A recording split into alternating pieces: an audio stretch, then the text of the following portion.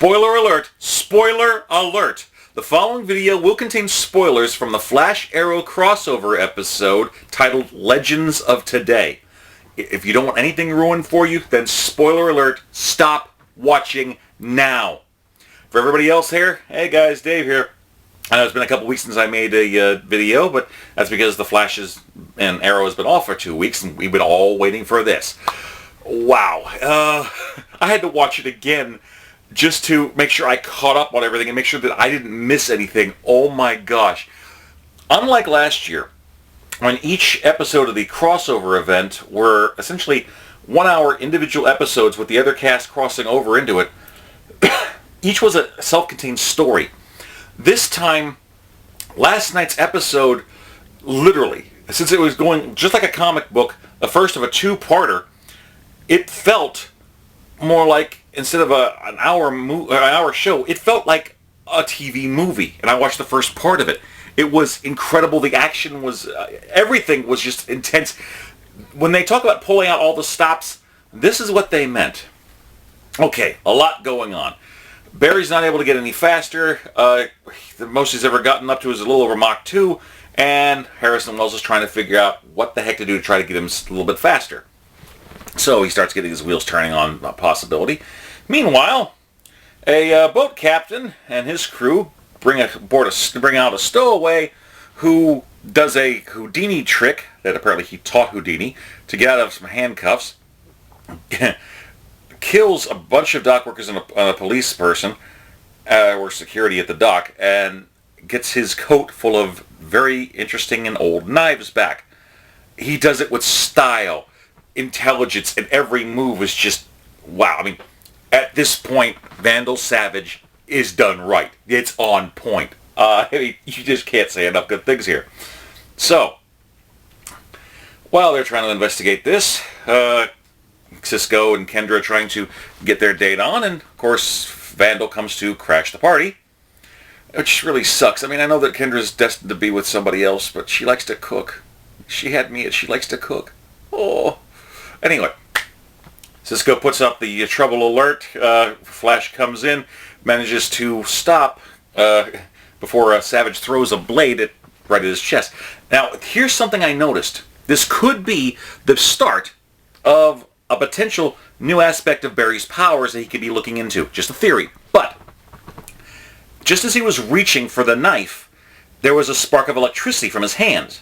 Now, in the comics, Wally and eventually Barry also figures out how to actually absorb kinetic force from objects, lending some of his own to other things or people, or using it to steal the speed from other things.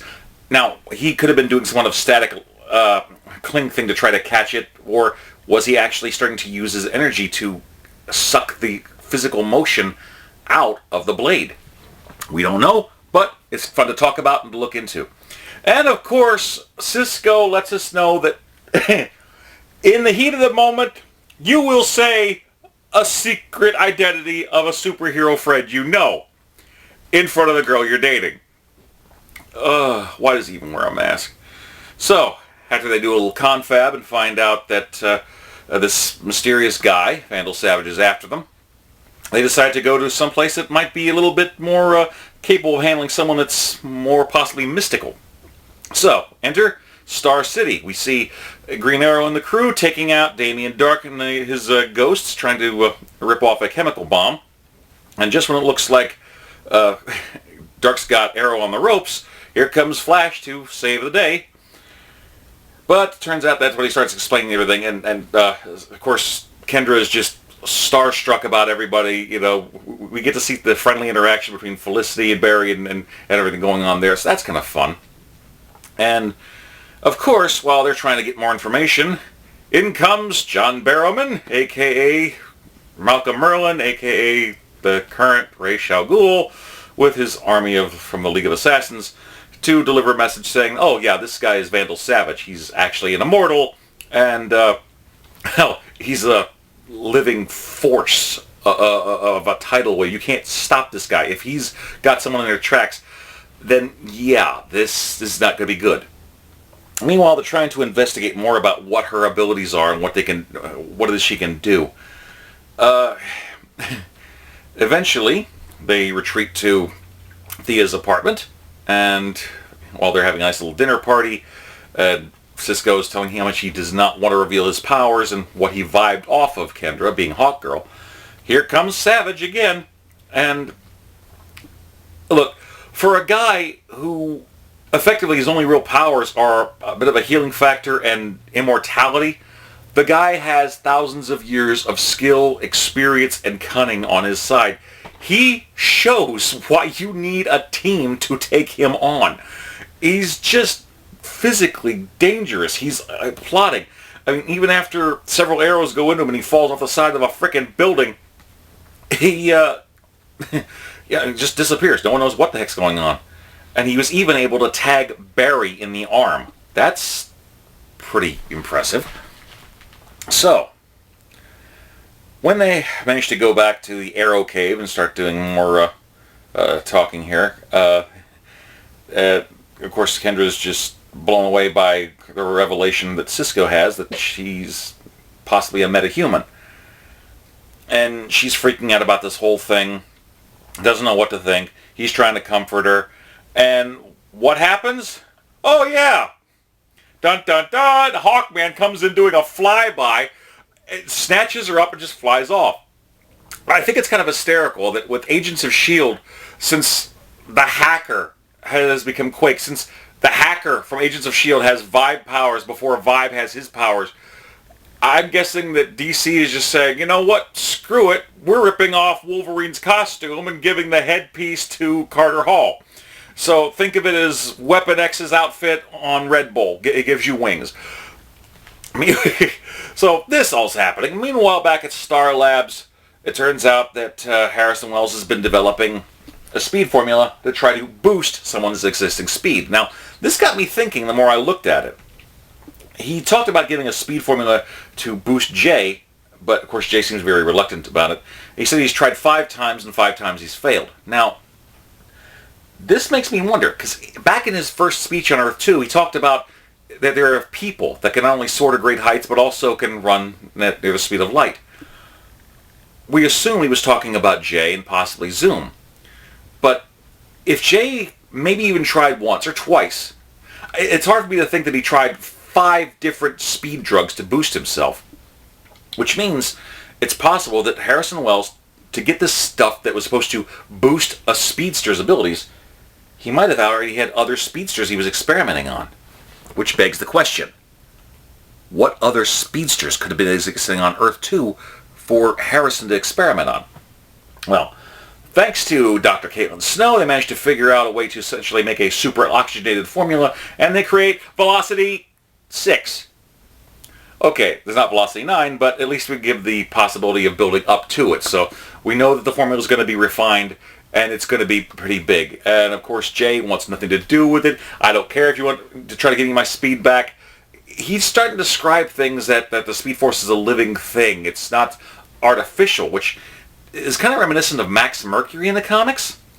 But I don't know what's going on here. All I know is that he's really reluctant to try to put whatever Harrison comes up with in his system. Meanwhile, Wells goes to get the stuff he needs for the formula. Patty Spivot, the wonderful cop she is, manages to spot Wells and traces him back to Star Labs.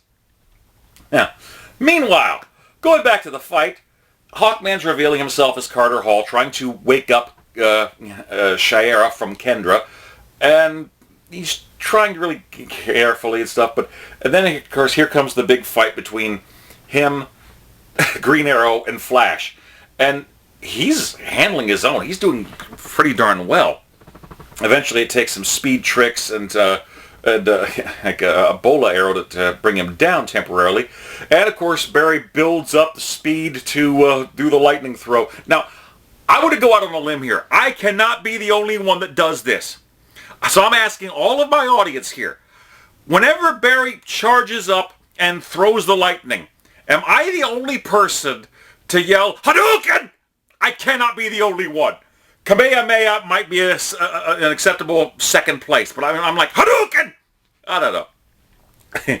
Anyway, shot to Carter, takes him down, captures him. He's trying to explain, hey, we've been getting killed by Vandal Savage for 4,000 years.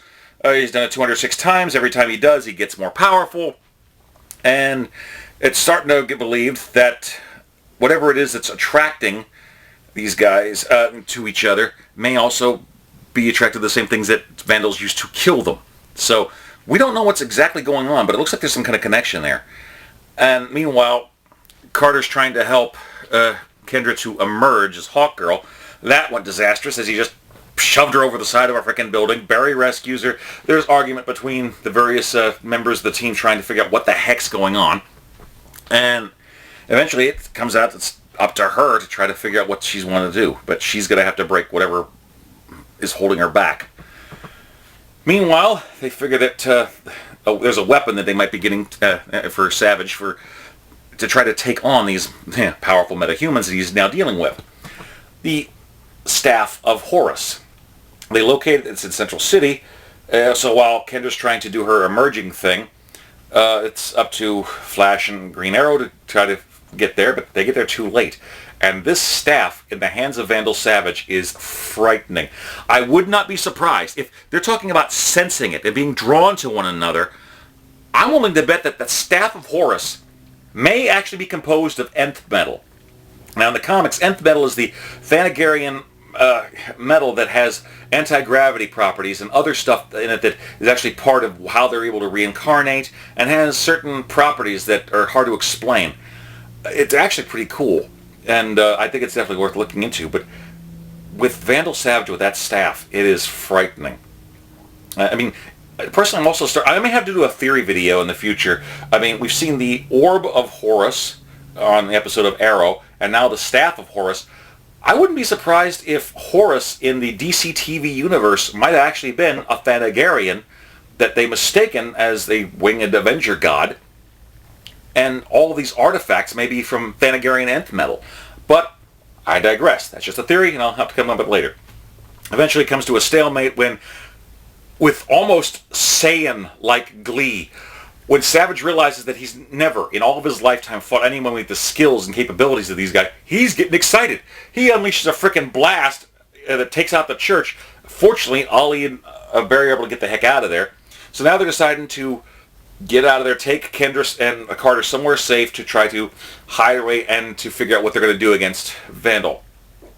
Meanwhile, when Patty traced back Harrison Wells to Star Labs, he had an injector gun for Velocity 6 that he was getting ready to try to contact Jay to put in him. And she thought he had a gun. He, of course, said, "Don't you know who the heck I am?" He starts coming up, shot him in the frickin', chest. He's sitting there bleeding and dying almost. So they call Jay. He has to be able to get the bullet out. So he gets the ejection of Velocity 6. We get to see the familiar electric yellow lightning of the Speed Force coming alive in his body again. And he vibrates his hand through and pulls the bullet out. And I'm like, yes! Jay Garrick, the Flash is back! And later we find out when Harrison Wells wakes up that this formula Velocity 6 is out of Jay's system and doesn't want anything to do with it again. Huh? What? No, we wanted Jay back. What? Come on, what's going on here? So, Legends of Today was full of so many things. Not to mention, we had the end part where Ollie and Barry were at Jitters getting a drink, and a kid bumps into them with a Flash toy, and the kid goes running over to a familiar face from Oliver's past. It turned out to be a young one who was pregnant and was paid off to say that she lost the baby. Could this be the mother of Oliver's son, Connor Hawk? Bum, bum, bum! We don't know, but it's going to... That's what we lead into. And next thing we know, we've also had commercials, another commercial for Legends of Tomorrow coming up in January. That's going to be awesome. The anticipation. There is no trailer for next week's mid-season finale of The Flash yet. It just goes straight into Legends of Yesterday, which is going to be coming on Arrow tonight. I'm telling you, it's exciting. They crammed so much into it. The feeling of this thing was just no holds barred, action-packed. It was One of the best episodes so far, and it's only halfway over of this particular story. Holy crap.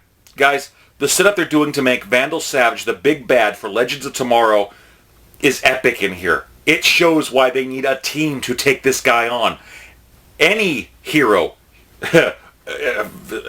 skilled or metahuman alone, may not be able to handle him.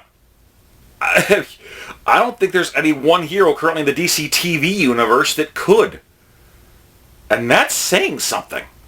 So, I can't wait to see tonight's episode of Arrow, Legends of Yesterday. I can only imagine what other surprises we're going to get in the store. But it's so exciting. It's so hyped. Oh, it was so good. I couldn't watch Agents of S.H.I.E.L.D. after last night because it would just be like going from Mach 1 to, a slow lane.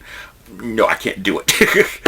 So, I hope I didn't miss anything. There's a lot of good stuff. There's a lot of comedy, action. The episode is one of the best I've ever seen. And I can't rave enough about this. Also, I've been asked by several people in various groups that they don't want spoilers for the next 24 hours of anything from The Flash. So I'm going to be putting this out on my channel and on my page on Facebook, as well as Twitter, but I'm not going to be posting this video to the Flash or Arrow groups just yet. I'm trying to do it out of respect. Of course, if you guys want to let me know what groups I can post to the next day earlier than 24 hours, I'd appreciate that. So, what did you guys think about everything that happened in part 1 of the Flash Arrow crossover? Please, like, comment, subscribe, share, pass this bad boy around. We got to talk about this because this is too good. I am jazzed. It's too good. I cannot miss tonight. There was even supposed to be a karaoke event going on at the place in Orlando called the Cloak and Blaster. Very cool geek-centered pub, but I may have to miss this because I have to watch tonight's Arrow. I have priorities. Anyway, guys, please, let me know what you guys think. Until next time, probably tomorrow, Dave signing off. Peace. Yum, yum.